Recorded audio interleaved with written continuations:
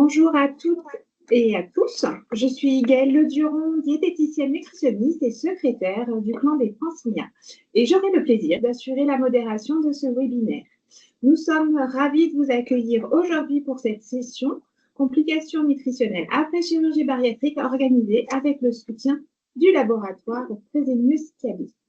Vos intervenants sont Dr Bernard Dejonc, médecin nutritionniste au groupement hospitalier territorial des Yvelines Nord, le docteur Élise Barsan, médecin réanimateur au centre hospitalier intercommunal de Villeneuve-Saint-Georges, Landrine Desselier, diététicienne nutritionniste au groupement hospitalier de l'Est francilien du site Marne-la-Vallée, et Landry Zénec, masseur kinésithérapeute à l'hôpital Novo sur le site de Pontoise.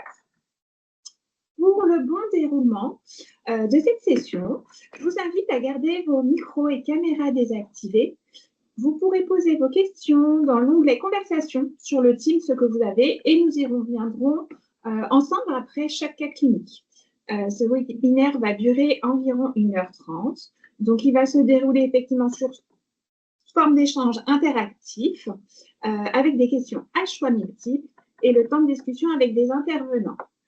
Je vous propose effectivement, pour rejoindre du coup ce côté interactif, de scanner le QR code qui se présente à votre écran ou d'aller sur le site internet de woodcamp.com et de rentrer le code événement qui est le XJQJLP. GLP, pardon. Mais vous le voyez à l'écran normalement. Je précise effectivement que nous allons effectivement du coup aborder les complications nutritionnelles et du coup ce seront des cas cliniques concernant effectivement le suivi nutritionnel des patients après chirurgie bariatrique de la période post-opératoire immédiate jusqu'au long terme en dehors du rebond pondéral qui ne sera pas abordé sur cette session. Nous allons pouvoir commencer avec le premier cas clinique. On est en train de me dire, docteur Dejonc me prévient que n'oubliez pas après vos réponses de valider vos réponses à la fin. C'est une petite mnémotechnique, mais on vous rappellera, le QR code apparaîtra au fur et à mesure de la session. Donc, nous allons pouvoir effectivement commencer avec le premier cas clinique, du coup, autour de l'éligibilité et la préparation préopératoire de la chirurgie bariatrique. Bonjour à tous, je suis Landry Zénec, masseur kinésithérapeute. Nous allons commencer avec le cas clinique numéro 1.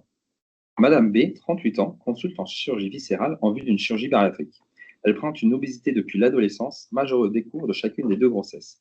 Elle a un poids actuel de 138 kg pour 1,68 m, ce qui représente un IMC de 49. Il n'y a pas d'argument pour une obésité secondaire et le DNID récent est traité sous metformine. Un syndrome d'apnée du sommeil clinique est confirmé par une polygraphie ventilatoire et une mise en route de l'appareillage a été faite. Alors, pour la première question de ce cas clinique, lesquels des critères ci-dessous sont des critères d'éligibilité à la chirurgie bariatrique? Vous avez 4 propositions. Tout d'abord, un IMC supérieur ou égal à 35 sans comorbidité, un syndrome d'apnée du sommeil sévère chez un patient avec un IMC à 36, un diabète difficile à équilibrer chez une personne avec un IMC à 33, ou encore un IMC supérieur à 55 sera considéré comme une contre-indication à la chirurgie bariatrique. Pensez à vous de voter, pensez à bien valider pour vos réponses. Il vous reste à peu près une quinzaine de secondes pour nous proposer vos réponses sur cette première question.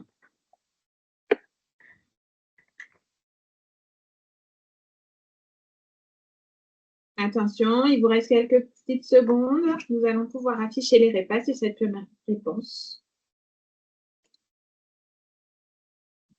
Alors, les bonnes réponses sont les items 2 et 3, puisqu'effectivement, donc en première proposition, on a un IMC supérieur ou égal à 35, mais qui n'est pas éligible à la chirurgie bariatrique s'il n'y a pas de comorbidité.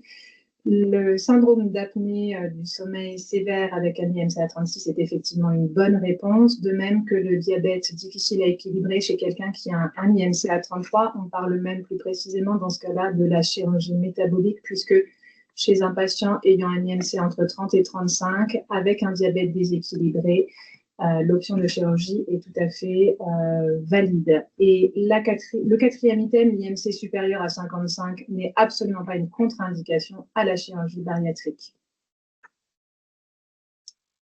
Il faut donc savoir que la chirurgie bariatrique, c'est un traitement très utilisé en France. En 2020, c'était déjà 1,8 million de Français opérés d'une chirurgie bariatrique. Alors, si on fait un point sur les recommandations, la Haute Autorité de Santé a publié en février 2024 les nouvelles recommandations pour les indications et contre-indications de la chirurgie bariatrique. On retrouve pour ces indications, évidemment, donc un IMC supérieur ou égal à 40 kg par mètre carré. Cette chirurgie, elle est aussi indiquée pour les IMC compris entre 35 et 40 kg par mètre carré, associés à au moins une comorbidité qui sera susceptible d'être améliorée après la chirurgie. Ces comorbidités sont nombreuses. On a, entre autres, la liste n'est pas exhaustive, on a entre autres un diabète de type 2, une hypertension artérielle traitée, un syndrome d'apnée du sommeil pour lequel l'indice d'apnée-hypopnée est supérieur à 15 par heure, les complications ostéo-articulaires, le syndrome des ovaires polykystiques et les problèmes d'infertilité qui ont été ajoutés à cette liste de comorbidités en 2024.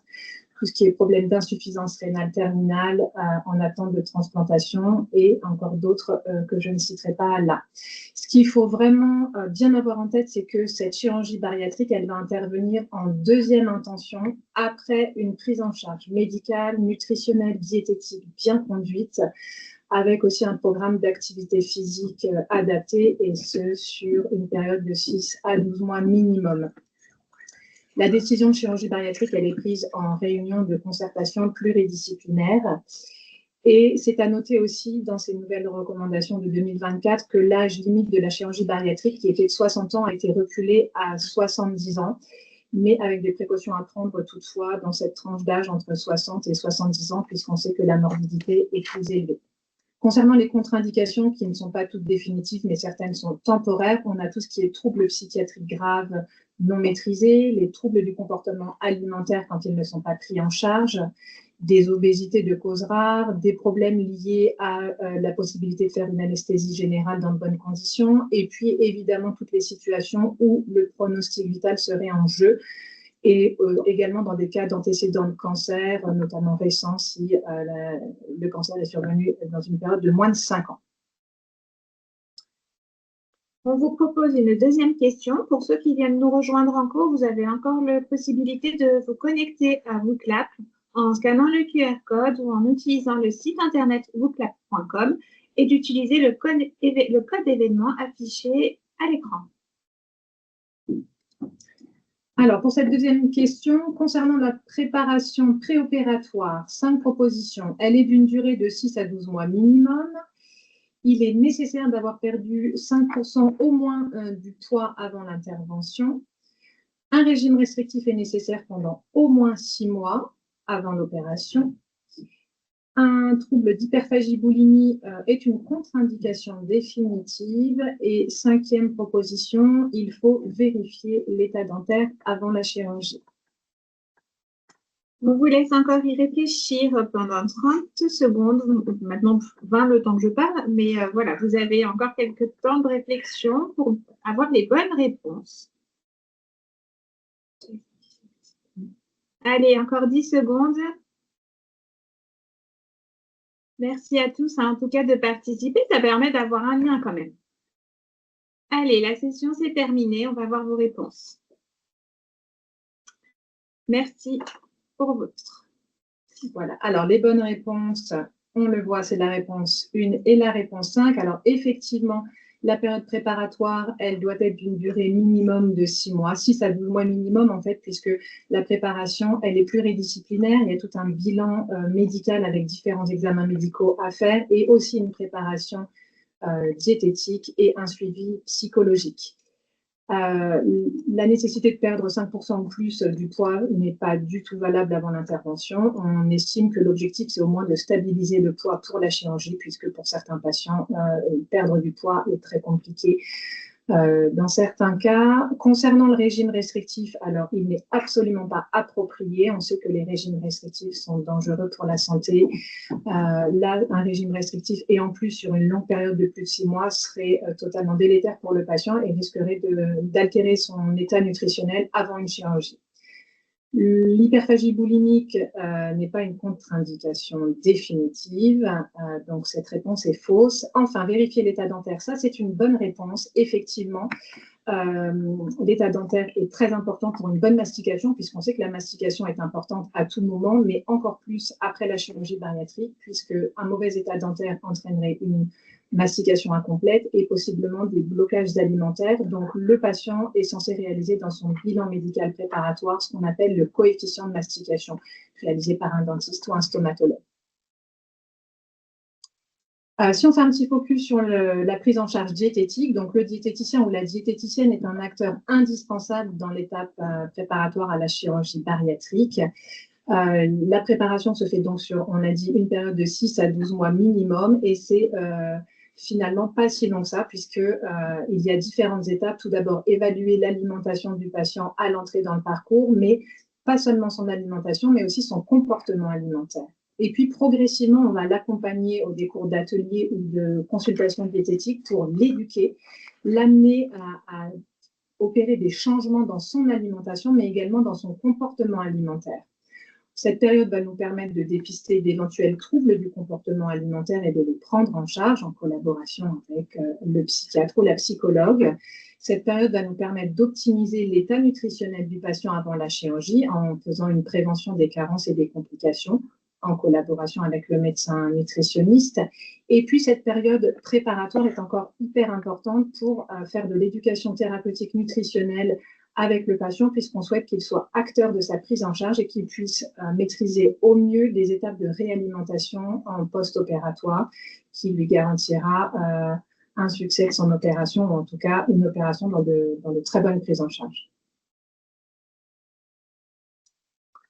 Troisième question pour le docteur Dejonc. Parmi les options chirurgicales suivantes, lesquelles sont les plus utilisées actuellement? Je vous laisse la parole. Alors, il y a 5 possibilités qui vous sont proposées: l'anneau gastrique, le ballon gastrique, le bypass gastrique, le switch duodénal et la sleeve gastrectomie. C'est parti. Alors, vous avez dans l'onglet conversation la possibilité de retrouver le QR code pour vous connecter au WooClap pour voter également en ligne et participer à ces petites questions-réponses et confronter effectivement à vos différentes réponses. En tout cas, merci à tous pour vos réponses sur le vote interactif. C'est assez agréable d'avoir effectivement les pourcentages de réponses en fonction des choix proposés. Il vous reste une dizaine de secondes.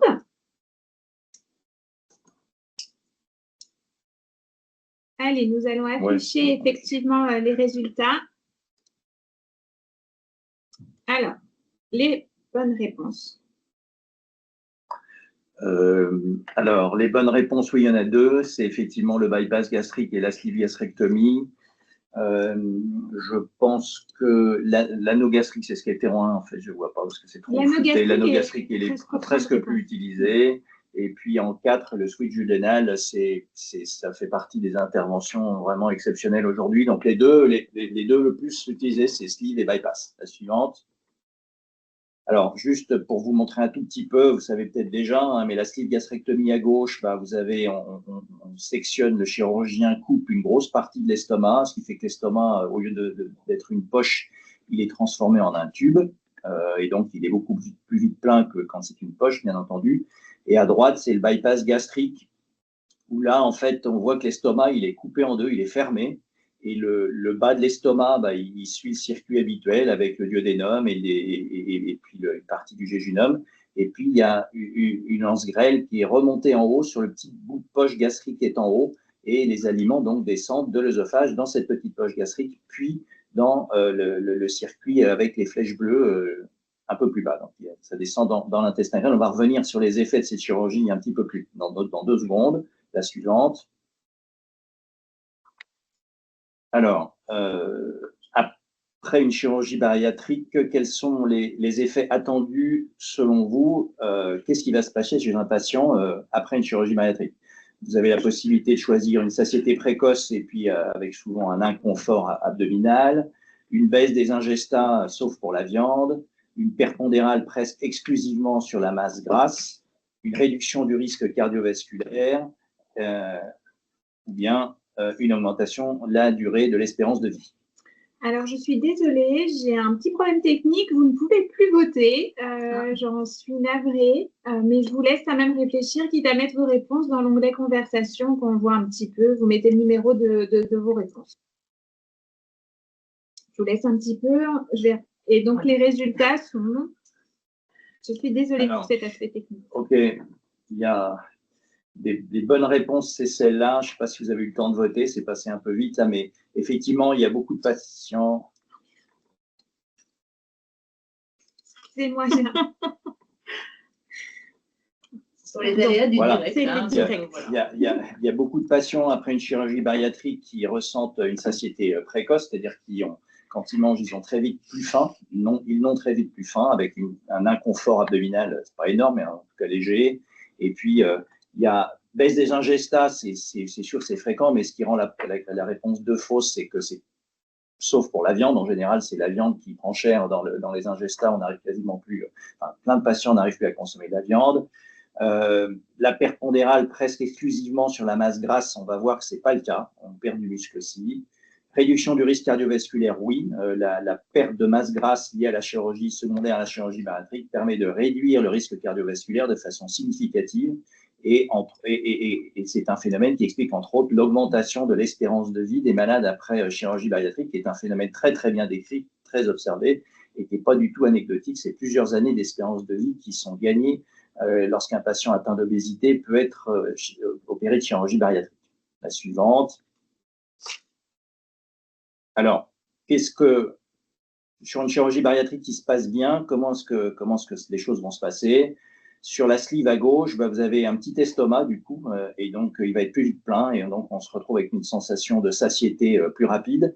Et puis en plus de ça, vous coupez les 2/3 de l'estomac. Alors la paroi gastrique synthétise une hormone qui est la gréline, qui est une hormone qui donne de l'appétit. Et quand vous avez plus cette gréline, vous avez beaucoup moins d'appétit.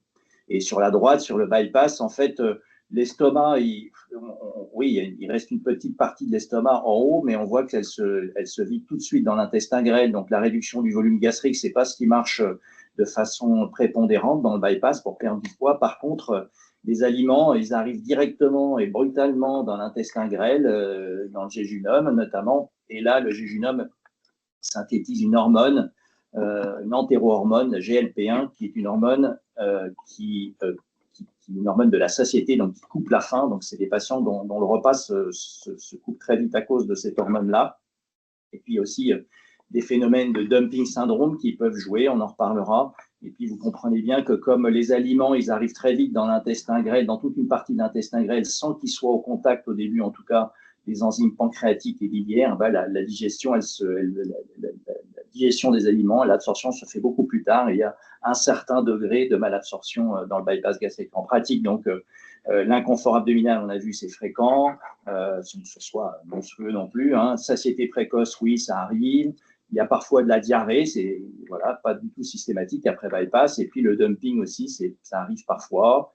Tout ça, même quand ça se passe bien. On a une baisse des ingestats, bien entendu, conséquence de la situation gastrique et du GLP-1, avec une aversion très fréquente pour la viande. Moi, je ne peux pas très bien l'expliquer, mais c'est souvent comme ça chez nos patients. Et puis, l'ensemble entraîne une perte de poids qui porte majoritairement sur la masse grasse, mais, donc ça, c'est plutôt bénéfique, et également sur la masse maigre. Et donc, forcément, on se pose la question de savoir est-ce qu'on est finalement un petit peu dénutri quand on bénéficie d'une chirurgie bariatrique. On va revenir dessus. Et puis, c'est la perte de la masse grasse qui permet de réduire les comorbidités et le risque cardiovasculaire et d'augmenter l'espérance de vie. La suivante. À propos de la perte de masse musculaire après chirurgie bariatrique, du coup, on va laisser notre Landry vous présenter cette question. Donc, environ 20% du poids total perdu porte sur la masse maigre. Cette perte de masse musculaire s'accompagne d'une baisse des capacités physiques. Elle est limitée par des apports protéiques suffisants et par l'activité physique. Et elle est limitée par l'activité physique en endurance.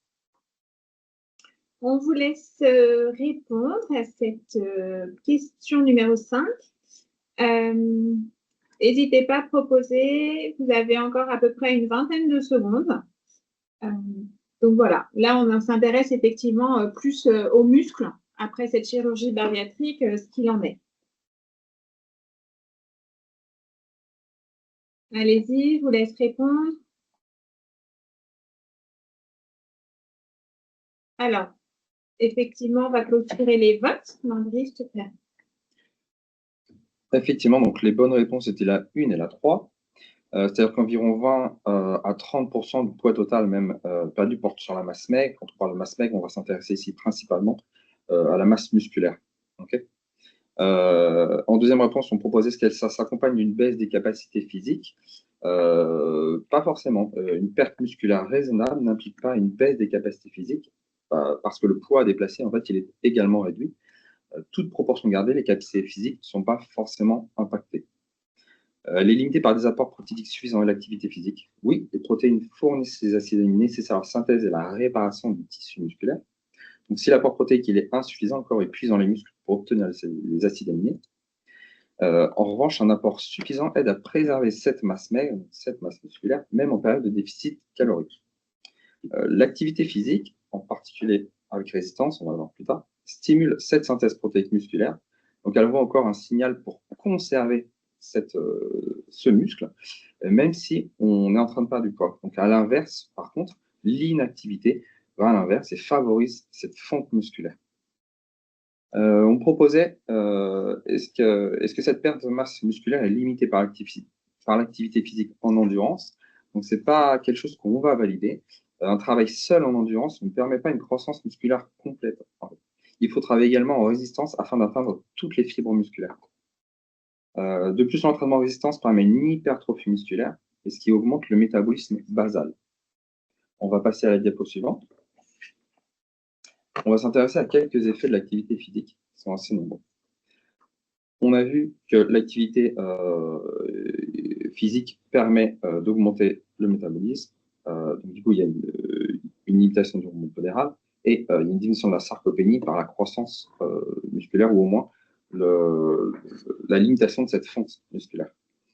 Il y a également une réduction de l'asthénie et qui se présente sous différents aspects. C'est-à-dire qu'il y a des effets plutôt sur le cerveau et sur le mental. Hein. D'un point de vue un peu général, l'exercice stimule la sécrétion de molécules liées au bien-être, à la motivation. Ça diminue le stress, l'anxiété et les symptômes dépressifs qui sont souvent source de fatigue mentale chez les patients. Ça améliore également la qualité de sommeil et donc ça agit directement sur la fatigue. Il y a des effets sur le système cardiovasculaire également, parce que l'activité physique améliore la capacité du cœur et des poumons à apporter l'oxygène aux muscles et aux organes, de façon un peu générale. Donc, à effort égal, le corps dépense moins d'énergie et se fatigue moins vite. On parle alors soit d'une meilleure endurance ou alors d'une économie d'effort. Et enfin, il y a des effets musculaires, effectivement. L'exercice qui augmente la force musculaire du patient et la capacité des muscles à utiliser l'énergie. Les muscles deviennent donc plus efficaces et la fatigue musculaire, elle apparaît plus tard. En termes de modalité, on va préférer des exercices de renforcement alliés aux exercices d'endurance en alternance, de façon à stimuler vraiment toutes les fibres. Et la reprise, on va préconiser de l'activité physique dès le premier mois en post-opératoire. La particularité, c'est qu'il faut éviter le port de charges lourdes, donc supérieures à 5 kg, notamment dans les 3 premiers mois. Il ne faut pas d'hyperpression abdominale pendant 1 à 3 mois. Une notion indispensable à avoir en tête, c'est que la notion de plaisir est indissociable de la reprise de l'activité physique. Effectivement, pour qu'elle soit pérenne, il faut absolument que le patient adhère au projet thérapeutique, et notamment à cette reprise d'activité physique. C'est pourquoi on ne va pas imposer un sport au patient, on ne va pas lui dire d'aller faire la natation, d'aller courir. Il faut trouver ce qui lui plaît. Si le patient aime marcher, il ira marcher. S'il aime danser, il ira danser. C'est ce qui permettra de maintenir l'activité physique en place. Et s'il préfère aller faire des balades avec ses amis, si elle veut une excuse pour voir ses amis, c'est parfait. Il y a également une notion, sur la diapo, il y a un petit programme d'activité physique, parce que des fois, on peut avoir des barrières économiques. C'est possible de faire des exercices chez soi. Mais c'est également possible d'être accompagné, notamment par des maisons sport santé. En Ile-de-France, il en existe 81, dont les modalités d'accès diffèrent un peu. Le mieux, c'est de les contacter directement. Et vous pouvez aller sur le site d'île-de-france.ars.santé.fr sur lequel il y a une cartographie de ces différentes maisons de santé présentes. Merci Lundi pour cette présentation. Donc voici la première présentation de ce premier cas clinique. Avez-vous du coup des questions sur ce premier cas? N'hésitez pas à les poser dans l'onglet conversation du coup du Teams. On va regarder. Et on va continuer. En attendant qu'effectivement qu'on ait des questions. N'hésitez pas à préciser sur quel cas clinique vous avez des questions. Donc voici le cas clinique du coup numéro 2 où on va s'intéresser un peu plus sur l'état nutritionnel du patient après une chirurgie bariatrique. Il s'agit de Madame Y qui a 27 ans, qui est atteinte d'une obésité sévère avec lombalgie invalidante sur hernie discale. Elle a un poids initial de 129 kg avec un IMC de 38, opérée il y a 1 an d'une chirurgie bariatrique après une préparation diététique, psychologique et physique de 10 mois. À ce jour, elle fait 90 kg, elle prend un IMC à 32, soit une perte de poids de 39 kg, environ 30% du poids de départ. Elle a repris son activité professionnelle, elle est hôtesse d'accueil, et elle a repris ses activités de la vie quotidienne. Donc voici votre première question. Alors, qu'est-ce qu'on peut dire du statut nutritionnel de cette patiente qui a l'air d'aller pas si mal que ça? Est-ce qu'il y a une...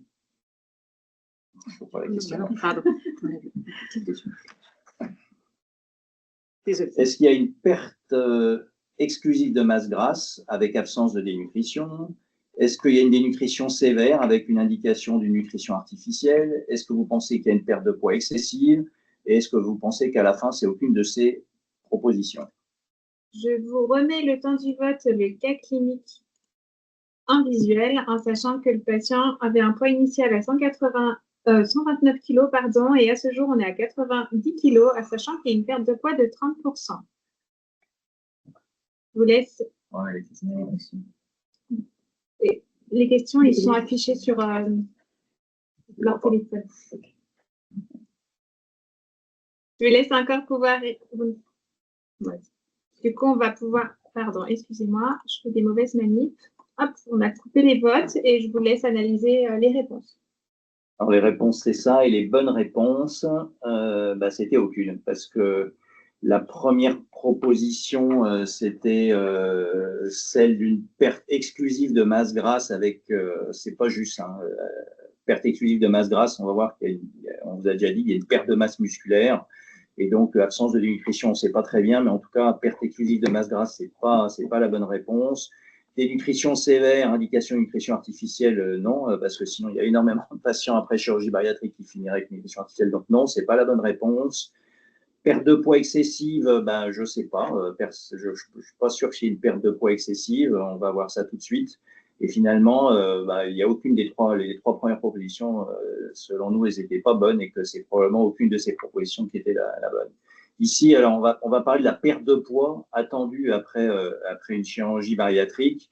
Ce qu'on voit, c'est que, alors vous pouvez vous aider d'un logiciel qui est le logiciel SOPHIA, S-O-P-H-I-A, de l'Université de Lille, dans lequel vous rentrez un certain nombre de paramètres, le poids, la taille, l'âge, le fait d'être fumeur, d'être diabétique, et vous rentrez le poids de départ avant chirurgie bariatrique, par exemple en ordonnée, et puis en abscisse, vous avez le temps, et puis vous avez l'évolution du poids au fil du temps, et on voit que voilà, après 12, 24 mois, le poids descend au plus bas pour se stabiliser un peu plus tard. Avec, ici, c'est un exemple d'un patient qui fait 150 kg au départ, le poids descend et se stabilise à 100 kg. Il a perdu environ 30% de sa masse corporelle, ce qui est une moyenne attendue après une chirurgie bariatrique. Dans ce cas clinique, la patiente, c'est ce qu'elle avait perdu quelques années après la chirurgie bariatrique, et donc ce n'était pas forcément excessif. La suivante.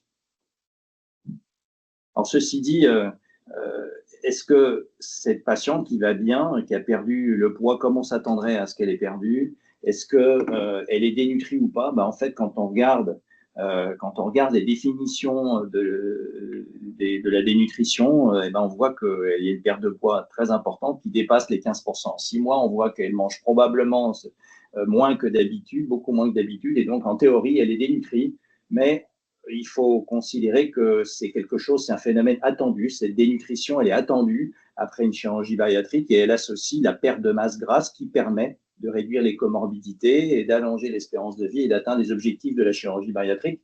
Cette dénutrition attendue, il faut bien considérer qu'elle est attendue à la condition qu'elle soit très peu symptomatique. On peut avoir un peu d'asthénie, on peut avoir un petit peu ou pas de faiblesse musculaire, on peut, voilà, les escaliers, les montées de charge-gorge, tout ça c'est bon. A vécu l'activité de la vie quotidienne, ça reste normal. Et puis le travail doit être en général possible dans le trimestre qui suit la chirurgie bariatrique. Et puis la prise alimentaire, elle doit être subnormale. Elle n'est jamais comme avant, bien entendu. Elle est en général plus faible, beaucoup plus faible. Mais on considère que voilà, que par contre, s'il y a besoin de recourir au CNO, au-delà du 3e mois après la chirurgie bariatrique, on n'est plus tout à fait dans un phénomène attendu. Et puis la diapositive suivante, on va juste évoquer la situation des toutes premières semaines après chirurgie bariatrique. Là, on sait bien que ces critères de dénutrition attendus, ils sont un peu moins valables parce qu'en général, la première semaine, la prise alimentaire, les premières semaines, la prise alimentaire est compliquée. Il y a une perte de poids importante, mais voilà, compliquée à interpréter. Et en général, les patients, dans les premières semaines, sont symptomatiques avec au-delà de la simple asthénie post-opératoire. Et puis, les activités de la vie quotidienne sont parfois difficiles. Il y a parfois un arrêt de travail de quelques semaines après la chirurgie. Voilà. Ceci dit, c'est transitoire et pendant cette phase-là, il ne faut pas forcément s'inquiéter outre mesure. Il faut bien vérifier le respect des règles hygiéno-diététiques, les apports en protéines, vérifier qu'il y a une activité physique qui se met petit à petit en place et penser aux vitamines et aux oligo-éléments et vérifier que les choses s'améliorent en quelques semaines, en 2 à 3 mois. La diapositive suivante. Donc, en fait, vous voyez qu'on peut finalement séparer, c'est pas quelque chose qui est vraiment publié, mais dans la vie de tous les jours, moi, je trouve ça aide pas mal de séparer les patients qui ont une dénutrition attendue. C'est quelque chose qui est presque systématique, inévitable après une chirurgie bariatrique qui se caractérise soit par une absence de symptômes, soit par des symptômes modérés, en tout cas les premiers mois post-opératoires. Par contre, si les symptômes modérés, comme la faiblesse musculaire, l'absence des activités de la vie quotidienne qui sont difficiles, l'arrêt de travail qui se prolonge, si ça dure au-delà du 3e mois, c'est là qu'il faut se poser la question de savoir est-ce qu'il y a peut-être quelque chose qui ne va pas et on bascule dans un phénomène de dénutrition non attendu avec des symptômes cliniques qui peuvent être modérés, mais aussi parfois des symptômes cliniques qui peuvent être sévères, voire très sévères. Je vois plus, voilà, comme avec des signes neurologiques, de la déshydratation, de la marche qui est impossible, etc. La diapositive suivante. Et puis, voilà, on a vu donc cette dénutrition après chirurgie bariatrique. La première ligne du tableau, c'est on a caractérisé sa sévérité. Est-ce que c'est une dénutrition attendue ou pas, en sachant que la perte de poids, dans ce contexte post-chirurgical, c'est très difficile à interpréter et qu'on a vu que donc on pouvait avoir une dénutrition soit attendue, soit non attendue et parfois massive, et que la dénutrition, elle pouvait être asymptomatique ou avec des symptômes modérés ou sévères. La deuxième étape, c'est de rechercher une étiologie, c'est une démarche essentielle. Et vous avez quelques exemples d'étiologie dans le tableau. D'abord, c'est le non-respect des règles alimentaires. C'est quelque chose d'essentiel chez les patients qui se dénutrissent ou qui ont une dénutrition même non attendue après une chirurgie bariatrique. Et puis, bien entendu, il y a des anomalies morphologiques ou fonctionnelles qui doivent être recherchées. Parfois même, c'est un TCA qui apparaît ou qui revient. Et puis, de temps en temps, on ne trouve rien comme étiologie à la dénutrition non attendue, autre que l'effet excessif de la chirurgie bariatrique.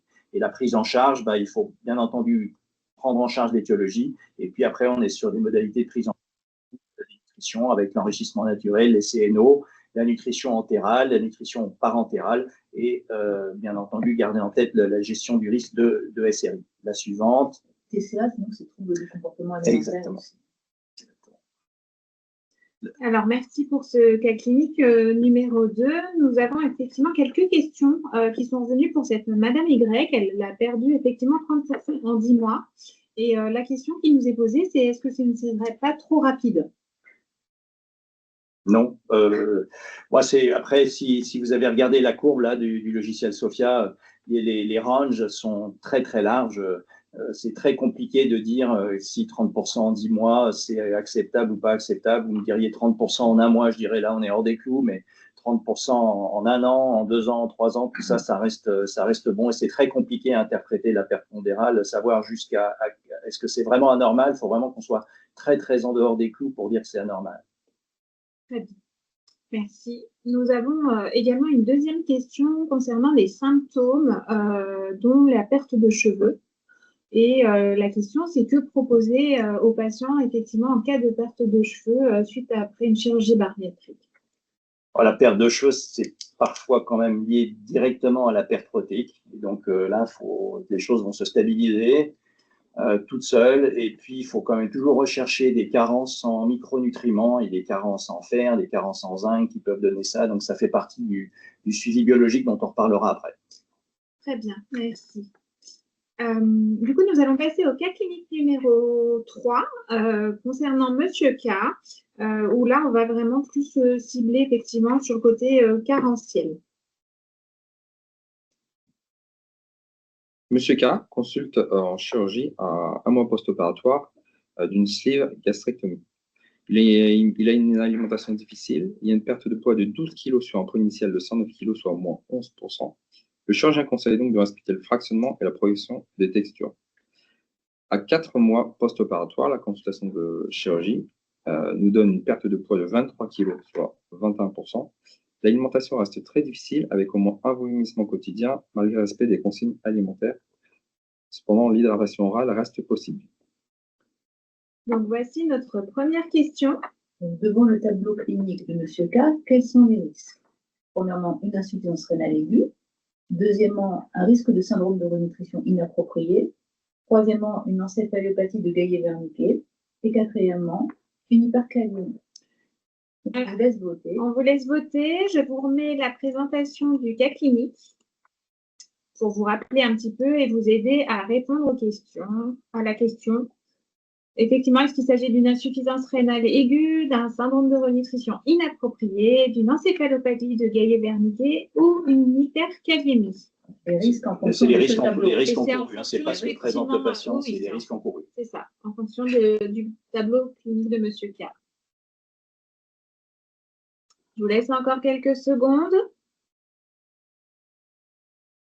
On va afficher les résultats. Oh, pardon. Attends, c'est trop vite. Pardon. C'est le direct, on a des petits... Voilà, on synchronise comme on peut. Voilà, en fait, ce sont les 3 premières réponses qui sont les bonnes. Donc, l'insuffisance rénale aiguë, oui, plutôt d'origine fonctionnelle, puisque le patient est déshydraté, par les vomissements, donc il y a un risque d'insuffisance rénale aiguë fonctionnelle.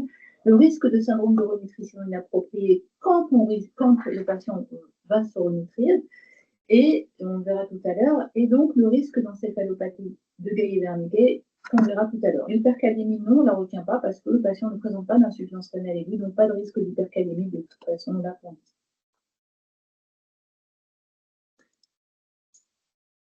C'est la question, donc. Donc, lesquels de ces éléments seront en faveur d'une carence en vitamine B1? Donc, première réponse, vomissement prolongé de plus de 15 jours. Deuxième, prise alimentaire quasi impossible de plus de 15 jours. Troisièmement, une difficulté à la marche. Quatrièmement, une diplopie, donc la diplopie c'est voire double. Et cinquième réponse, un délire aigu avec besoin de consultation aux urgences psychiatriques. On vous laisse voter. On vous laisse voter effectivement pour savoir quels sont les éléments qui seraient en faveur d'une carence en vitamine D. En vitamine B1. B1, pardon. Manque de soleil, c'est peut-être ça. Merci. Allez-y. Il vous reste encore quelques secondes. Vous n'êtes pas nombreux. Allez, on continue. Mettez vos votes. Il vous reste que quelques secondes. Allez-y. On va afficher les résultats. En fait, vous m'en avez un peu raison, parce que toutes les réponses sont les bonnes. Les risques de vitamine B1, donc peuvent être dus à des vomissements de plus de 15 jours, oui. Avec une prise alimentaire quasi impossible, oui, de plus de 15 jours.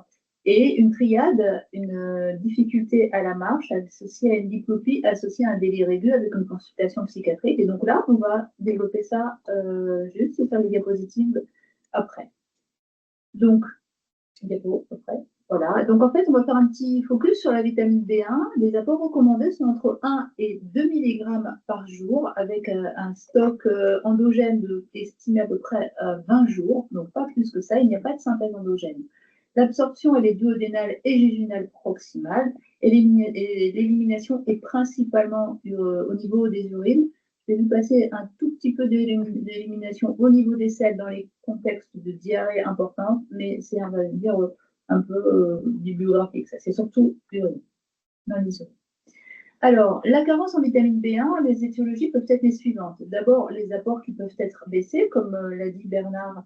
Les gens n'ont pas toujours une appétence importante en post-opératoire, notamment au niveau de la sleeve gastrectomie. Et puis, donc ça, une baisse d'apport. L'alcoolisme qui peut toujours perdurer, et en sachant que l'absorption de la vitamine B1 peut être en concurrence avec l'alcoolisme, et l'alcool est absorbé préférentiellement par rapport à la vitamine B1. Il peut y avoir donc aussi des vomissements dus principalement à la sleeve gastrectomie par rapport au bypass, qui peuvent entraîner donc une carence en vitamine B1. La chire bariatrique par elle-même, bien entendu. Des facteurs divers qui peuvent inactiver la thiamine, donc la vitamine B1, sachant que donc, le thé et le café. La thiaminase, qui est une enzyme que l'on retrouve dans certains poissons crus, comme les palourdes, mais je vous rassure tout de suite, pas dans les huîtres. Et puis, il peut y avoir une élimination accélérée par une polyurie ou même l'utilisation des diurétiques, et aussi dans les cas d'hémodialyse dans l'insuffisance rénale chronique, ou même en réanimation. Il y a une majoration des besoins lorsque donc, on est éthylique, lorsqu'il y a une nutrition artificielle, en sachant que les postes de nutrition artificielle ne contiennent pas du tout ni vitamines, ni de micronutriments, donc on est obligé d'adjoindre systématiquement ces deux solutés. Le sepsis, l'hyperthyroïdie, l'activité physique intense, et la grossesse et la lactation. Donc, simplement, n'ayez crainte de cette diapositive. La vitamine B1 intervient au niveau du métabolisme des trois voies, à savoir la protéolyse, la lipolyse et la glycolyse, mais surtout au niveau de la glycolyse. Et son cofacteur, c'est le magnésium. Voilà, donc elle est indispensable pour toutes ces voies métaboliques. Donc, les conséquences cliniques d'une carence en vitamine B1 sont de deux types, soit des troubles neurologiques et ou insuffisance cardiaque. Donc, le beriberi peut se voir c'est ce qu'on appelle un beriberi sec, des troubles neurologiques qui vont entraîner une encéphalopathie Guy-Wernicke, ce qu'on a vu précédemment dans vos réponses, une triade qui entraîne donc des troubles oculomoteurs à type de diplopie, l'ataxie aussi, et puis une confusion, voire des troubles psychiatriques aigus. Et c'est pour ça que parfois on trouve aux urgences des patientes qui ont été opérées récemment, dans les 3 mois, qui arrivent aux urgences pour des symptômes confusionnels ou des troubles psychiatriques. Et il faut toujours penser que quand vous voyez ces patients-là, ils peuvent avoir une carence en vitamine B1. Et le beriberi humide, c'est ce qu'on appelle le Shoshin beriberi, c'est une insuffisance cardiaque à débit cardiaque élevé, et ça c'est vraiment très rare. Heureusement.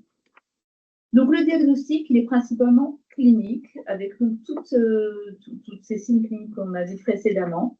Et surtout, un diagnostic, c'est l'évolution sous vitaminothérapie. C'est-à-dire, vous allez donner, on va le voir après, de la vitamine B1, avec bien sûr du magnésium, et on va voir l'évolution rapidement favorable. Et ça, ce sont les 2 critères qui vont vraiment attester du diagnostic. Le dosage en vitamine B1 est séduisant, sauf qu'on peut le doser, mais la réponse, vous n'aurez pas la réponse au moins avant une semaine. Et puis, il y a des dosages vitamine B1 ou par différents procédés que tous les laboratoires n'ont pas nécessairement. Et ça peut être peut-être intéressant, mais ce n'est pas vraiment le critère essentiel. L'IRM cérébral, oui, l'IRM cérébral, s'il y a des signes, mais une IRM cérébrale peut être strictement normale dans un syndrome de Guy-Wernicke.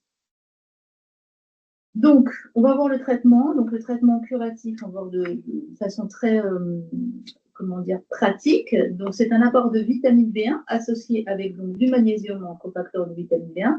Il n'y a en aucun cas des recommandations formaliser des sociétés savantes, il y a des consensus. Les doses, on trouve un petit peu de toutes les doses. Ce qu'on trouve de toute façon, de façon formelle, c'est l'intraveineuse pendant environ 3 à 6 jours. Ça, c'est clair pour tout le monde. Donc, nous, on vous a proposé ce schéma-là, donc de la vitamine B1, donc 500 mg x 3 par jour, associé à une ampoule de MgSO4, donc sulfate de magnésium de 1,5 g par jour, à diluer dans 250 ml de sérum physiologique, à passer sur 1 heure, donc pendant 3 jours. Puis, on réduit à 250 mg par jour pendant 3 jours, avec, dans un second temps, un traitement préventif. Mais si on le réduit, s'il y a une réponse rapide au traitement dans les 24 à 48 heures, ce qui confirmera le diagnostic. S'il n'y a pas de réponse, alors on pourrait tout arrêter, mais en fait, en général, on se dit que peut-être qu'il faut un peu plus de temps, et en général, on continue et on met un traitement préventif. Il faut toujours, le gros focus, toujours associer un soluté de polyvitamines et d'oligo-éléments intraveineux. Super. Monsieur K est hospitalisé. La station debout est difficile. Il a une faiblesse musculaire des 4 membres, nystagmus et troubles de mémoire qui sont marqués. La prise alimentaire, par contre, effectivement, elle est inférieure à 20% de sa prise alimentaire habituelle, avant sa chirurgie. Il a une pression artérielle à 98,65, une fréquence cardiaque à 97, apyrétique et une légère sensibilité épigastrique. La question, donc, quels éléments suivants de la prise en charge sont vrais? Il a une dénutrition sévère, il faudrait le renutrir avec une nutrition parentérale dans les 48 heures qui viennent. Deuxième question, deuxième réponse, dans les 48 premières heures, il faudrait faire une perfusion de glucosé associée à des électrolytes et des micronutriments. Troisièmement, donc, il faudrait mettre en route de la thiamine, donc de la vitamine B1, 500 mg par jour. Quatrièmement, si vous avez bien suivi, donc vous savez que les 3, voilà. Quatrièmement, la surveillance biologique avec donc un dosage de natrémie, fonction rénale, glycémie, calcémie, magnésémie, vitamine B1.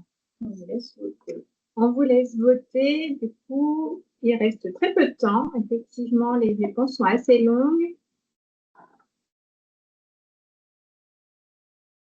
Nous allons afficher les résultats. Merci en tout cas pour votre participation. Alors, en fait, il n'y en a qu'une seule réponse. Donc là, je vois que tout le monde a suivi. Donc, nous avons de la vitamine B1, donc 500 mg x 3 par jour, sans en attendre le dosage. Vous avez tout compris. Alors, pourquoi on n'a pas retenu la question numéro 4? Ça veut dire la surveillance biologique avec la natrémie, la fonction rénale, la glycémie, la calcémie, la magnésémie et vitamine B1. Parce que, en fait, il n'y a pas le dosage de phosphore et ni de potassium. Et on va voir pourquoi c'est important. Pourquoi? Parce que ce patient-là qui a perdu beaucoup de poids et que l'on va renourrir présente un risque de syndrome de nutrition inappropriée, donc qui est défini par l'ensemble des manifestations adverses cliniques et biologiques observées lors de la renutrition qu'elle soit par voie entérale, parentérale ou orale. De patients donc, qui sont dénutris ou qui ont subi un jeûne ou une restriction alimentaire prolongée. Alors, je vais vous parler un petit peu de la physiopathologie du SRI que j'ai emprunté à la Société francophone de nutrition, à la SFNCM, clinique et métabolisme. En fait, quand il y a un jeûne prolongé et une dénutrition, pour que l'organisme puisse avoir tous les substrats nécessaires, il va y avoir une augmentation de glycolyse, de lipolyse, de protéolyse et une majoration, bien entendu, de néoglucogénèse. Donc, ça va concourir à diminuer le stock de protéines, de lipides et de minéraux, ainsi que d'électrolytes et de vitamines. Lorsqu'on va renourrir le patient de façon classique, eh bien, donc, on va faire un apport assez conséquent de nutriments. Il va y avoir un réveil du pancréas, à savoir une augmentation d'insuline. Et l'insuline a pour particularité d'entraîner donc un mouvement du glucose dans les cellules, associé toujours avec un mouvement de potassium qui va rentrer ainsi dans les cellules, de phosphore aussi, tout le tout accompagné de la vitamine D1. Donc, les conséquences du risque de syndrome de renutrition inappropriée va être un peu un hypo-tout, c'est-à-dire une hypokaliémie, une hypophosphorémie, une hypomagnésémie et une baisse de la vitamine B1 également, le tout associé par l'augmentation de l'insuline à une rétention parfois hydroxodée et des œdèmes. Les conséquences cliniques des politiques suivantes vont être de 3 types. Alors, il devait y avoir une animation, mais là, bon, pas d'animation. Donc, il va y avoir 3 types de conséquences cliniques. Les conséquences neurologiques à type de confusion et coma. Le deuxième grand type de conséquences, c'est les conséquences cardiaques, avec des troubles de rythme, des arrêts cardiaques, des insuffisances cardiaques aussi. Et il va y avoir aussi des troubles musculaires avec des problèmes diaphragmatiques et de faiblesse musculaire. Ce qu'on voit ici, c'est que l'hypophosphorémie et l'hypomagnésémie vont entraîner toutes les 3 conséquences cliniques, alors que l'hypokaliémie va entraîner des conséquences simplement, on va dire simplement, cardiaques et musculaires. Et ça peut aller jusqu'au décès. Donc, la prévention, ce qui implique donc, un dépistage des patients à risque pour surtout ne pas renutrir de façon vraiment importante, corriger les troubles hydroélectrolytiques avant de réalimenter, et réalimenter surtout progressivement. Donc, ces critères, il y a des critères donc, de NICE, qui c'est National Institute for Health and Clinical Excellence. Donc, il y a des critères majeurs, critères mineurs. Nous, on a focalisé simplement sur l'IMC inférieur à 16, mais chez les patients obèses qui ont une chirurgie bariatrique, c'est un petit peu compliqué. On va plutôt focaliser sur le fait que du jeûne ou de la nutrition très réduite supérieure à 10 jours, avec des vomissements importants de plus de 10 jours. Et ce patient-là fait partie de ces critères-là. Donc, on va vous proposer une alimentation très progressive, sachant que l'Institut Curie a fait un très beau travail aussi l'année dernière, en 2024, qui est labellisé par la SFNCM, que vous pouvez trouver donc sur leur site. Nous, dans notre hôpital à Villeneuve-Saint-Jean, on a fait ce protocole également. Donc, dès qu'on a rétabli les électrolytes, ça veut dire dès que principalement le phosphore est supérieur à 0,6 mmol par litre, on commence une nutrition très progressive avec des paliers. Donc, de J1 à J3, ça sera 10 à 15 kcal kilo jour. De J3 à J6, on monte un peu de 15 à 20. De J6 à J8, de 20 à 25 pour atteindre un objectif calorique estimé à 25 à 30 kcal kilo jour du poids idéal, associé à un apport protéique de 1,2 à 1,5 g par kilo par jour. La phosphorémie est à contrôler tous les jours. Il faut poursuivre systématiquement, quotidiennement, l'administration de phosphore, de vitamines et de l'élément jusqu'à la cible calorique. La question du coup suivante, c'est quelles sont les situations qui peuvent être responsables de vieillissement précoce les 6 premiers mois? Réponse 1, un non-respect des règles diététiques. Ça peut être une grossesse, un trouble du comportement alimentaire, une fistule sur sleeve ou une sténose digestive. Je vous laisse quelques secondes simplement pour répondre. Voilà. Qu'est-ce qui peut être responsable de ces vomissements précoces sur les 6 premiers mois? Allez, vous êtes une dizaine à seulement pouvoir répondre. On aimerait vous présenter d'autres cas cliniques, donc j'avoue que je vais un petit peu peut-être accélérer l'affichage des réponses. En tout cas, merci d'être toujours là et puis merci d'être toujours actif avec nous. Donc, les réponses sont les suivantes. Elles sont toutes bonnes. C'est sûr que si on reste le non-respect des règles diététiques, c'est bon. La grossesse, oui. On dit toujours qu'il ne faut pas tomber enceinte dans les 12 premiers mois après la chirurgie bariatrique, mais tout peut arriver, y compris une grossesse précoce, une résurgence de TCA également, et puis des complications anatomiques comme la fistule sur la sleeve, la sténose digestive. Tout ça, c'est des bonnes réponses. La diapositive suivante. Je vous ai mis ici en cas de dénutrition calorico-azotée non attendue, les éléments qu'il faut aller rechercher. Donc, sur une sleeve, les éléments fréquents, c'est la sténose sur la sleeve ou un twist, une torsion. Il peut y avoir une fistule aussi sur la sleeve. Et puis, ça, c'est pour les anomalies morphologiques. Il peut aussi y avoir sur la sleeve des anomalies fonctionnelles comme un reflux gastro-œsophagien ou un trouble moteur de l'œsophage. Tout ça, c'est des complications possibles après une gastrectomie et après un bypass gastrique. Sur les anastomoses, hein, il y a deux anastomoses, il y a une anastomose gastro-jéjunale et puis une anastomose jéjuno-jéjunale. On peut avoir des sténoses sur les anastomoses, un ulcère, il peut y avoir des longueurs digestives qui ont été mal réalisées au moment d'intervention, et puis des phénomènes de hernie interne. Et puis pour les phénomènes fonctionnels, le dumping syndrome, on va en reparler tout petit peu plus tard, un dumping syndrome précoce ou dumping syndrome tardif, c'est les hypoglycémies réactionnelles, IPE pour insuffisance pancréatique externe, pullulation microbienne, diarrhée motrice. Tout ça, c'est des choses qu'on peut voir et on va revoir certains de ces éléments un petit peu plus tard. Chez ce patient, en fait, ma caméra, voilà.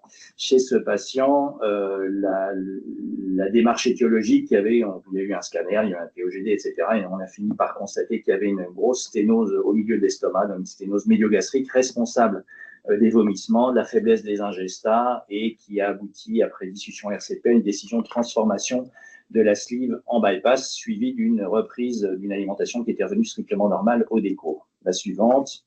Alors, merci pour ce cas clinique numéro 3. Par contre, pas par contre. J'ai simplement une question qui est ressortie effectivement sur les conversations. Dans le cadre de la prévention du SRI, on parle effectivement des apports caloriques de façon progressive par kilo de poids. La question qui est posée, c'est effectivement comme on est en situation d'obésité, est-ce qu'on est sur plutôt un calcul, on utilise le poids ajusté du patient ou un poids idéal? Voilà la question. Pas le poids complet, en tout cas, pas le poids actuel. Et puis après, oui, on peut se baser sur le poids idéal, donc qui repose sur le poids qui correspond à l'INCA 25 ou le poids ajusté qui est un peu plus haut. Les deux sont envisageables, mais en tout cas, pas le poids réel, pas le poids actuel. Très bien, merci pour cette réponse. Donc, le cas clinique numéro 4, donc on va passer effectivement, ça reste toujours interactif, donc restez bien connectés sur vos téléphones. C'est le cas clinique de Madame H. Madame H, 37 ans, quitte l'hôpital 48 heures après avoir été opérée d'un bypass gastrique sans complications immédiates particulières. Alors, la question associée à ce cas clinique numéro 4, quelles recommandations diététiques donne-t-on à la patiente avant sa sortie ou quelles recommandations peut-on lui redonner, sachant qu'elle a été formée en préopératoire, de boire de l'eau de vichy exclusivement pendant une semaine, puis reprise progressive de l'alimentation, de manger en texture mixée les premiers jours, puis texture moulinée, d'éviter les boissons pendant les repas. Les boissons gazeuses sont autorisées, mais hors repas. Et enfin, 5e proposition, d'avoir un apport protidique supérieur ou égal à 60 grammes par jour. Donc, allez-y, essayez de répondre sur, effectivement, sur une chirurgie assez simple, hein, sans complications, effectivement, sur un bypass gastrique. Quelles seraient les recommandations diététiques avant une sortie? Il vous reste peu de temps. Allez-y, nous allons pouvoir, du coup, probablement afficher. Ça a l'air de répondre assez rapidement. Merci.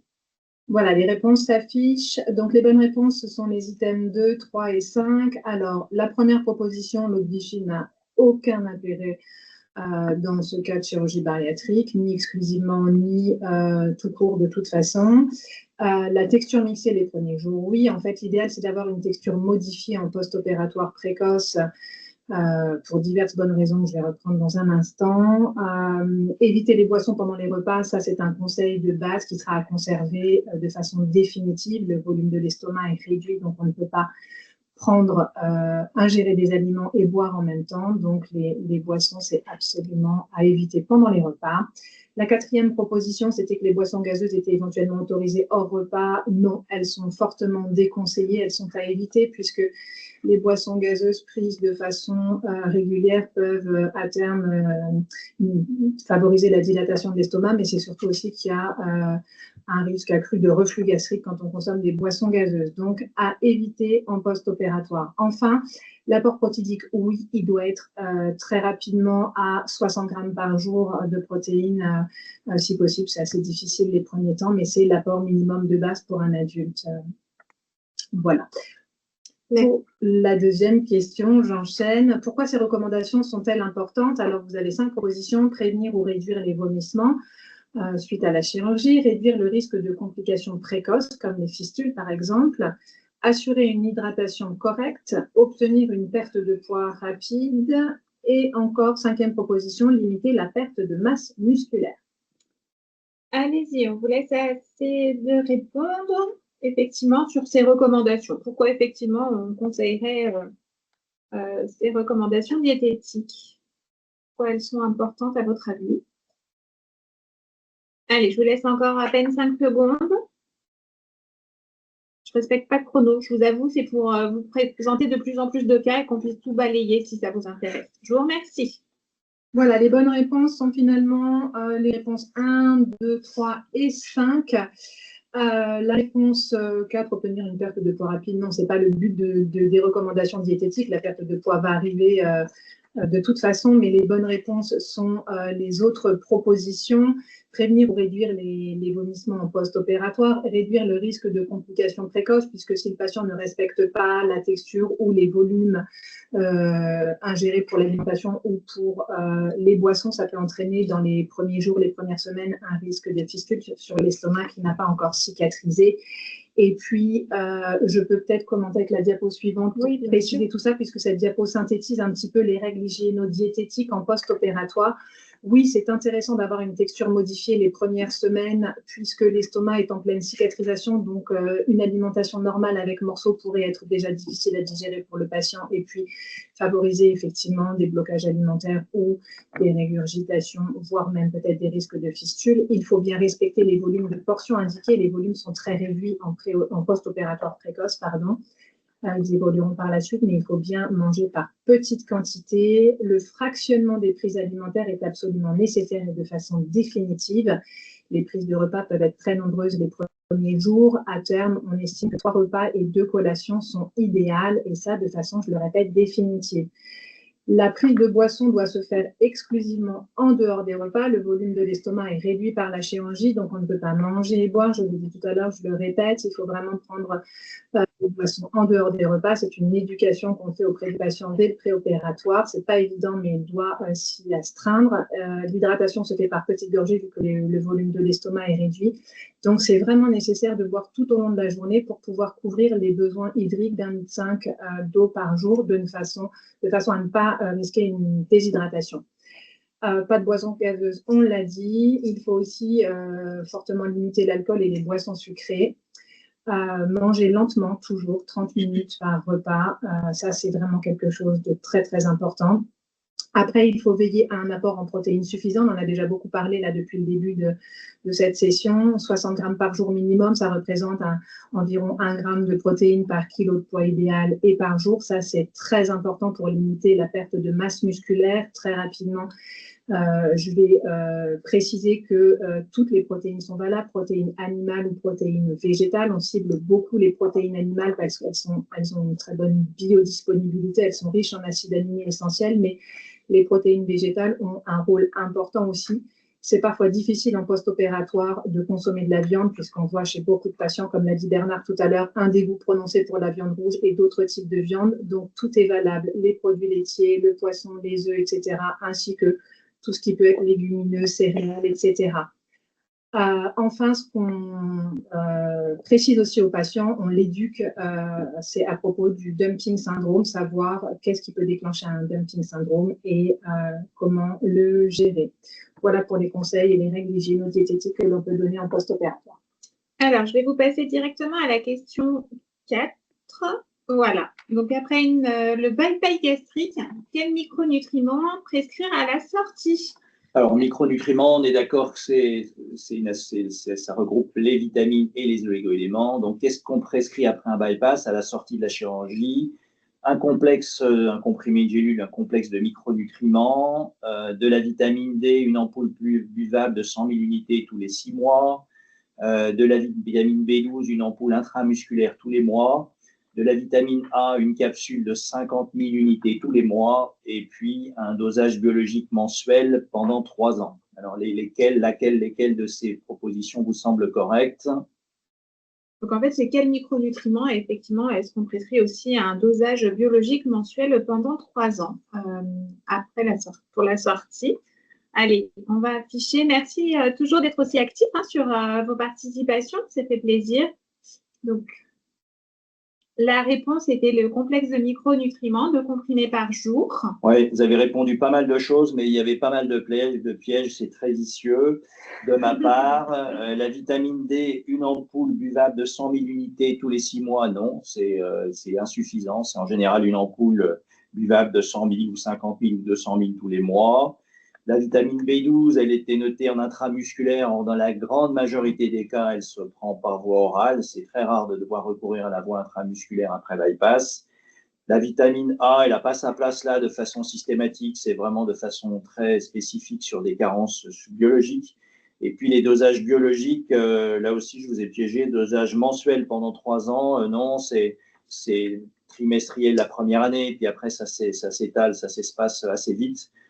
Voilà, on peut regarder ça en passant à la suivante. Là, je vais vraiment être obligé de faire court, mais en gros, le mécanisme des carences en micronutriments, il y en a beaucoup. D'abord, on mange beaucoup moins, c'est la colonne de gauche.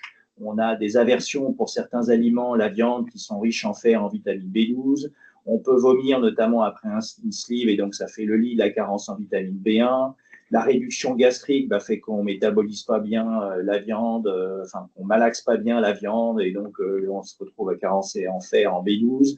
Et puis le circuit gastrique, le court-circuit de l'estomac, du duodénum, du début du jéjunum qu'on observe dans le bypass, ça fait qu'il y a un certain nombre de vitamines hydrosolubles normalement absorbées là qui passent plus du tout par ce trajet-là, et donc on se retrouve carencé en ça. C'est la même chose pour le fer, le calcium, la vitamine D. La malabsorption liée au bypass gastrique entraîne des carences en vitamines liposolubles, ADEK, et puis c'est aussi sur la fin du bypass qu'on peut absorber la vitamine B12, mais comme la vitamine B12 ingérée ne passe plus par l'estomac, elle n'est pas préparée pour être absorbée. Et puis sur les phénomènes de diarrhée chronique, on peut avoir des carences en zinc également. La suivante. Donc, à propos des carences en micronutriments, est-ce qu'elles sont effectivement souvent symptomatiques? Il y a possibilité effectivement d'avoir une parasthésie, chute de cheveux, dysgeusie, asthénie suite à ces carences en micronutriments, un risque d'ostéoporose à long terme. Les dosages biologiques sont remboursés par la sécurité sociale. Et effectivement, à propos des carences, les apports en micronutriments peuvent être arrêtés après 3 ans de la chirurgie bariatrique. Je vous laisse me faire vos propositions à propos des carences en micronutriments, ce que vous pouvez me dire. Allez-y, on reste actif. Je vous remercie. Alors, les bonnes réponses. Alors, vous avez mis souvent la première réponse, en fait, la proposition, c'était souvent asymptomatique. Merci. Souvent symptomatique, oui. C'est faux. Hein, c'est très souvent asymptomatique.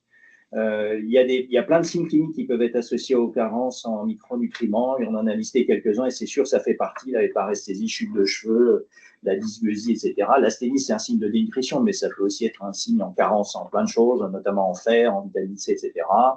Le risque d'ostéoporose à long terme, il est réel. Les dosages biologiques sont remboursés par la sécurité sociale, c'est faux. Certains ne le sont pas, notamment la vitamine D et le dosage de zinc. Par contre, si vous mettez sur l'ordonnance que c'est remboursé, ce que c'est d'un dosage après chirurgie bariatrique, ce sera remboursé. Et puis, les apports en micronutriments peuvent être arrêtés après 3 ans. Ça dépend. En général, non. C'est sûr que non. Je n'ai jamais arrêté au bout de 3 ans. Alors, justement, la supplémentation post-opératoire, donc on distingue après sleeve et après sleeve ou après bypass.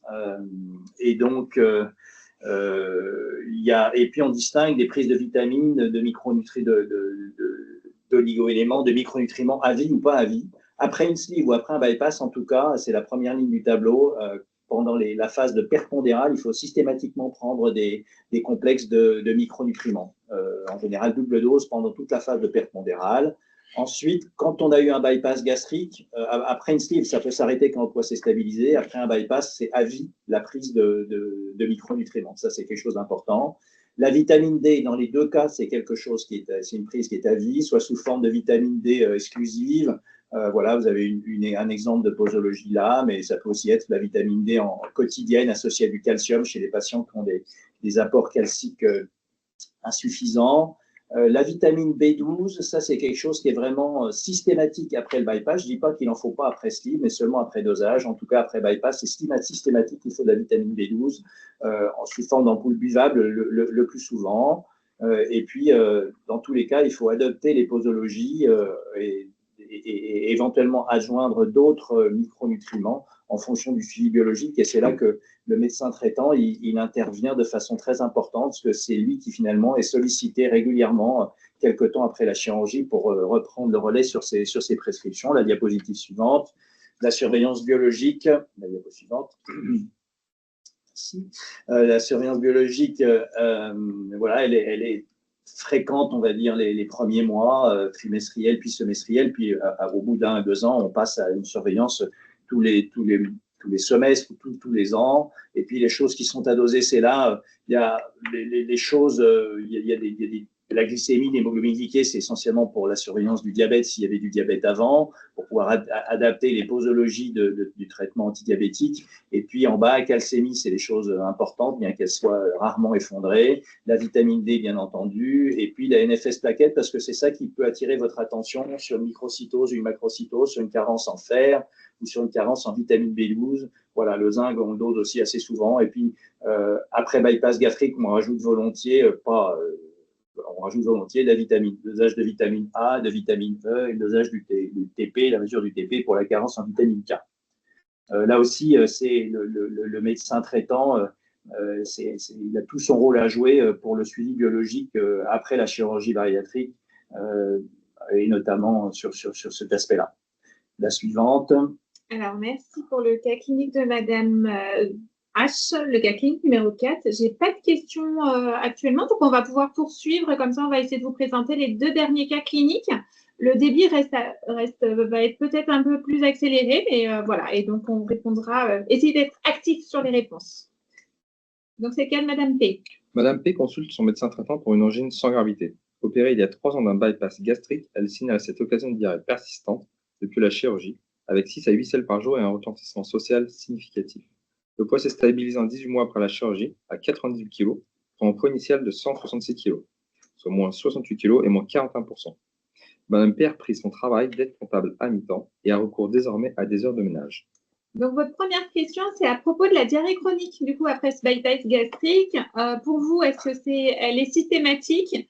Est-ce qu'elle peut être due à une pullulation microbienne? Est-ce qu'elle peut être due aussi à une insuffisance pancréatique? Ou est-ce qu'elle est souvent due plutôt à une infection à Clostridium difficile? Ou effectivement, est-ce que cette diarrhée peut rentrer dans le cadre d'un syndrome de dumping syndrome? Je vous laisse juste quelques secondes. Je ne vais pas vous laisser tout le timer, puisque j'aimerais que vous puissiez effectivement profiter des cas cliniques qui ont été construits, parce qu'ils sont assez riches et ils représentent bien effectivement le côté pluridisciplinaire de la prise en charge après une chirurgie bariatrique. Merci en tout cas. C'était très rapide, c'est de plus en plus rapide. Moi, j'ai même plus le temps de les lire. Alors, il y avait plusieurs possibilités. La diarrhée après bypass, est-ce qu'elle est systématique? Non, c'est pas la règle. Il y a beaucoup de patients qui n'ont jamais de diarrhée. Certains en ont, mais c'est certainement pas systématique. Elle peut être due à une pullulation microbienne, oui, on va voir ça. Elle peut être due à une insuffisance pancréatique aussi, on va voir ça. Souvent dû à une infection à Clostridium difficile, non, on parle de diarrhée chronique, là, Clostridium difficile, c'est des diarrhées plutôt aiguës, on n'est pas dans ce cadre-là. Et est-ce que la diarrhée peut rentrer dans le cadre d'un dumping syndrome? La réponse est oui. Alors, la diapo suivante, je vous présente ici les quelques anomalies fonctionnelles après une chirurgie bariatrique. Là, on était parti sur le cas clinique plutôt à gauche, après un bypass. En fait, vous voyez que les aliments, ils passent directement dans l'intestin grêle, ils court-circuitent le cadre duodénal et donc les sécrétions biliaires et pancréatiques. Et du coup, les selles pancréatiques, les sucs pancréatiques, ils arrivent parfois très tard au contact des aliments dans l'anse commune. Et donc, il y a certains patients qui développent une diarrhée par une insuffisance pancréatique externe, fonctionnelle, et on se retrouve de temps en temps avec des patients dont la diarrhée s'améliore bien avec des extraits pancréatiques. La pullulation microbienne, à quoi c'est dû? Vous voyez qu'en fait, sur un bypass, il y a toute une partie du tube digestif qui est borgne. Hein, la grande partie de l'estomac, elle est fermée en haut. Il n'y a plus du tout de flux digestif, d'aliments qui arrivent là-dedans en tout cas. Et ça se prolonge dans tout le cadre duodénal jusqu'à rejoindre le circuit alimentaire en violet. Et donc là-dedans, comme il n'y a plus du tout de vrai flux digestif, de flux alimentaire, les bactéries pullulent, ça se développe même après un peu plus bas, dans la partie basse du circuit violet. Et donc ça donne des douleurs, c'est des symptomatologies postprandiales sous forme de douleurs abdominales. Il y a parfois de la diarrhée aussi.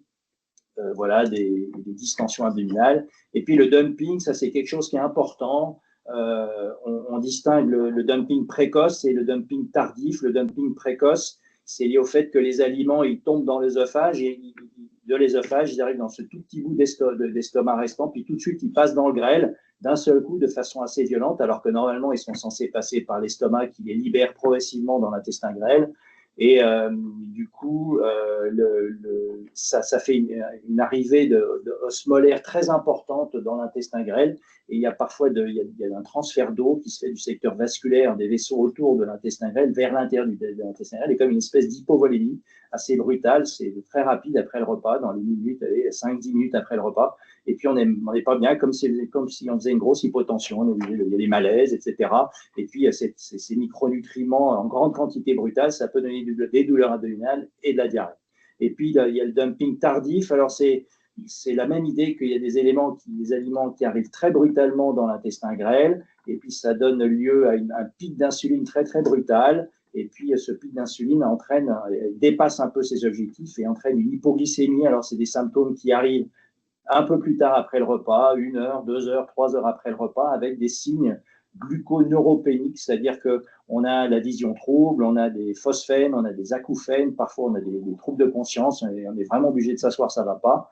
Donc voilà, symptômes précoces, symptômes tardifs, c'est des symptômes fonctionnels après chirurgie bariatrique. Puis de l'autre côté, le symptôme fonctionnel classique après la sleeve, c'est le reflux gastro-œsophagien qui peut se compléter d'œsophagique ou pas. La suivante. Alors, effectivement, devant une diarrhée chronique après un bypass, effectivement, cette insuffisance pancréatique, comment elle est évoquée selon vous? Est-ce que ce sont des débris alimentaires dans les selles? Est-ce que c'est par le P-calogramme avec lipide qui sera supérieur à 6 grammes par 24 heures?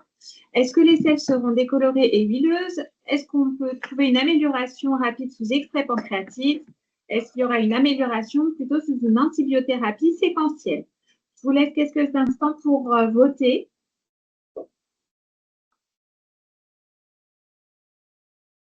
Je vous remercie. On va afficher les résultats. Je voudrais finir aussi tous les cas cliniques. Merci. Vous avez compris. Hein? Oui, vous avez compris? Très bien. Oui, bon. Allez, docteur De Jong. Alors, on y va. Des débris alimentaires dans les selles, non, ça évoque plutôt des diarrhées motrices et pas des diarrhées de malabsorption sur insuffisance pancréatique. Un fécalogramme avec beaucoup de liquide dans les selles, oui, c'est un argument en faveur d'un manque de sels pancréatiques pour métaboliser les lipides. Les selles décolorées et huileuses, oui, ça traduit la présence de graisse, de lipides dans les selles. Et l'amélioration rapide sous extrait pancréatique, oui, je l'ai dit avant, c'est sûr que c'est un bon test diagnostique pour savoir s'il y a une insuffisance pancréatique externe. L'amélioration sous antibiothérapie séquentielle, ça, c'est quelque chose qui se passe quand le problème est une pullulation microbienne.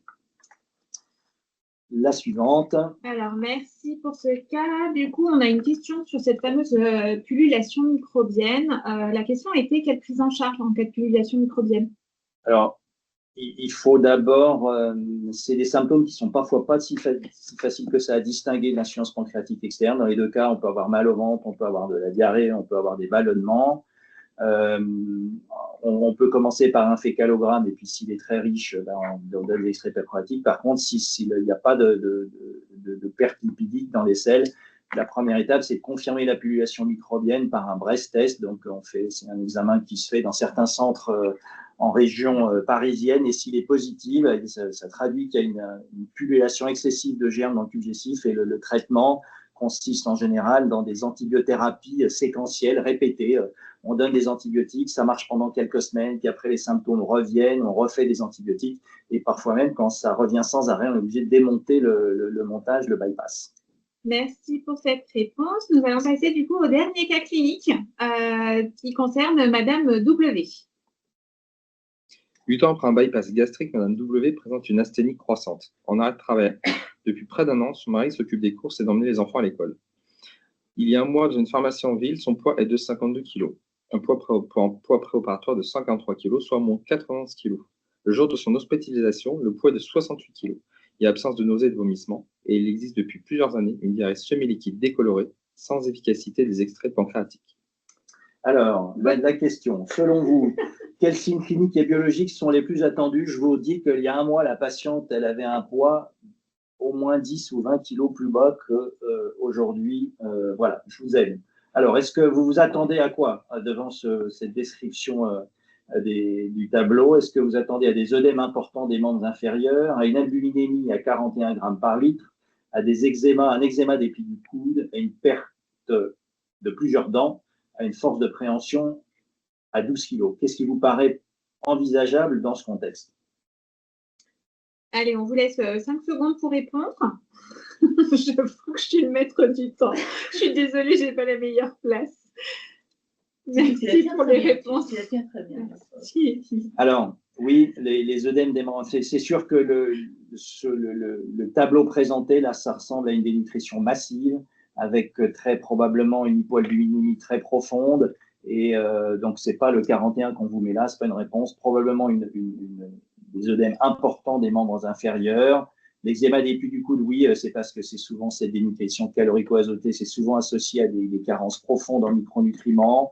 De même que pour la perte des dents, ça arrive dans ces dénutritions massives. Et la force de préhension de 12 kg, c'est une force de préhension qui est beaucoup trop basse chez une femme. Et donc, ça colle avec un tableau de dénutrition massive. Alors, c'est un tableau de dénutrition massive, vous l'avez compris, 8 ans après un bypass gastrique. On a fait chez cette patiente un bilan étiologique, morphologique, fonctionnel qui ne montrait rien particulier. Il n'y avait pas de sténose, pas d'ulcère sur les anastomoses, pas d'insuffisance pancréatique externe. Et on a conclu qu'il s'agissait des conséquences d'un bypass qui s'est avéré excessif finalement chez cette patiente. Et en chirurgie, en RCP de chirurgie, il a été décidé de démonter le bypass et de remettre le tube digestif dans sa conformation native. Voilà. Et comme la dénutrition était très sévère, on n'a pas refait la chirurgie bariatrique, on n'a pas eu recours à la chirurgie de réparation tout de suite, mais on a seulement de façon différée quelques semaines après. Juste pour revenir sur une diapo que je vous ai déjà présentée, on est dans le cas vraiment extrême ici, où en termes de sévérité, sur la première ligne, on est sur une dénutrition massive, et puis en termes d'étiologie, on a éliminé pas mal de choses, et à la fin, on se retrouve simplement avec un excès excessif de la chirurgie bariatrique qui va conduire à débricoler le bypass. La suivante. C'est notre dernière question. Donc, effectivement, quelle nutrition avant l'intervention chirurgicale et après une recharge hydroélectrolytique et nutriments, vous allez proposer une nutrition entérale sur une sonde nasogastrique, une nutrition entérale sur une sonde nasogéjunale, une nutrition parentérale sur un PICC line, une nutrition entérale par une gastrostomie ou une nutrition entérale sur une gastrostomie chirurgicale sur l'estomac borgne. Je vous laisse réfléchir, c'est notre effectivement dernière question. Vous pouvez en profiter également pour poser vos questions dans l'onglet conversation afin de pouvoir effectivement répondre encore à vos interrogations si nous n'avons pas effectivement répondu à toutes vos interrogations durant cette sympathique présentation. Alors, vous avez répondu pas mal de choses, mais on va regarder la réponse sur la diapositive suivante. En fait, alors d'abord, la nutrition parentérale, elle ne trouve pas vraiment sa place là, peut-être quelques jours en attendant d'avoir un accès digestif, mais probablement que le problème de la dénutrition en attendant la chirurgie, la diapo suivante, peut se régler par un abord digestif, une nutrition entérale. La sonde, c'est l'extrémité de la sonde, c'est le point rouge. Vous pouvez la positionner dans le bas de l'œsophage, juste au-dessus de l'anastomose, ou même elle peut passer la sonde, elle peut passer l'anastomose œsogéjunale et se retrouver au milieu du trajet violet. Si vous faites la nutrition là-dedans, en fait, vous vous retrouvez à court-circuiter encore une fois les sécrétions biliopancréatiques qui arrivent bien plus bas en bleu sur le circuit. Donc, on pourrait faire ça avec une solution, une nutrition semi-élémentaire, mais ce qui est proposé, ce qu'on nous, en tout cas, on a proposé, c'est les chirurgiens ont proposé de faire un abord chirurgical de l'estomac, de faire une gastrostomie chirurgicale sur l'estomac borgne et d'administrer là-dessus une nutrition entérale polymérique qui a permis de bien corriger le statut nutritionnel et d'amener la patiente à la chirurgie, au débricolage du bypass. Et puis la dernière, oui, on a fini. On a fini, effectivement. Je passerai la prochaine diapo pour terminer. Je préfère qu'on réponde aux questions qui arrivent sur ce cas clinique. Effectivement, il y a une question sur effectivement, pourquoi on n'a pas identifié cette dénutrition massive avant les 8 ans. En fait, on a construit le cas clinique et effectivement, je pense que pendant 8 ans, le patient peut très bien se comporter et pas avoir de dénutrition massive, mais je vais laisser le docteur Jean préciser. C'est une très, très bonne question. En fait, on ne devrait pas arriver à des situations pareilles. Si il y avait suffisamment conscience qu'il y a quelque chose qui ne se passe pas bien, on devrait réagir. Et c'est sûr que ce n'est pas comme ça en un mois que le problème est arrivé. Ça s'est produit, ça s'est installé lentement sur plusieurs années. La patiente avait probablement déjà plein de signes d'une dénutrition qui n'était pas une dénutrition attendue. Puis elle a développé des signes de gravité. C'est beaucoup parce que le suivi après chirurgie bariatrique n'est pas suffisamment bien fait. Parfois, ça dépend de l'équipe médico-chirurgicale qui a opéré le malade, on lâche les choses. Et puis aussi, c'est des patients qui lâchent totalement le suivi, ne viennent pas aux consultations qu'on leur propose, et puis avec des symptômes qui sont parfois mal connus, attribués à d'autres, à des choses un peu plus d'excès chroniques finalement, souvent on minimise, alors que ça n'a rien de normal de se retrouver avec des œdèmes après une chirurgie bariatrique, d'être obligé d'arrêter le travail, etc. Donc voilà, ça aurait dû être identifié beaucoup plus tôt, oui. Ok, très bien. L'intérêt de préciser peut-être que le suivi doit être à vie, que ce soit médical ou diététique, nutritionnel, on le répète assez à nos patients. C'est ça. Qui ne peut pas s'arrêter. Merci pour ces précisions. J'ai une deuxième question concernant toutes les recommandations qu'on a pu parler effectivement dans la présentation. On me demande si ces recommandations sont applicables pour l'adolescent, puisque effectivement il y a possibilité de chirurgie bariatrique chez l'adolescent. Donc on me demandait si on pouvait appliquer ces recommandations chez l'adolescent. Oui, mais dans des centres spécialisés pour les moins de 18 ans, pour les adolescents. Donc, effectivement, il faudra se... Voilà, c'était plus une présentation adulte que... Mais c'est envisageable, bien entendu, chez des adolescents, mais dans des centres spécialisés. Très bien. Très spécialisés. Merci. Donc, petit résumé, en tout cas, sur cette présentation. Finalement, effectivement, la chirurgie bariatrique est à retenir comme quoi elle allonge l'espérance de vie. Certains patients, effectivement, sont néanmoins susceptibles de complications nutritionnelles si, ça a été dit juste auparavant, absence de suivi. Même quand tout se passe bien, on peut effectivement observer une perte musculaire réelle. Son impact est incertain et sa limitation repose effectivement sur les apports en protéines et l'activité physique, d'où effectivement les recommandations qu'on met avec un suivi nutritionnel et également avec soit un éducateur en activité physique adaptée ou un masseur kinésithérapeute. La dénutrition non attendue doit faire effectivement mettre une petite étincelle dans la tête pour rechercher effectivement les anomalies morphologiques ou fonctionnelles ou peut-être développer effectivement après une chirurgie bariatrique un trouble du comportement alimentaire. Les enjeux nutritionnels portent aussi effectivement, vous l'avez compris, sur les micronutriments et vitamines. Donc effectivement, il y a par moment des supplémentations à vie. Et par contre, le dosage biologique permet effectivement de révéler des éventuelles carences. La nutrition artificielle est nécessaire et elle est souvent réalisée par voie entérale qui limitera effectivement le risque infectieux. Lorsqu'elle est nécessaire. Lorsqu'elle est nécessaire, bien sûr. Oui, exactement. Et vous l'aurez compris, nous sommes différents professionnels à pouvoir intervenir sur ce webinaire du clan des Franciliens.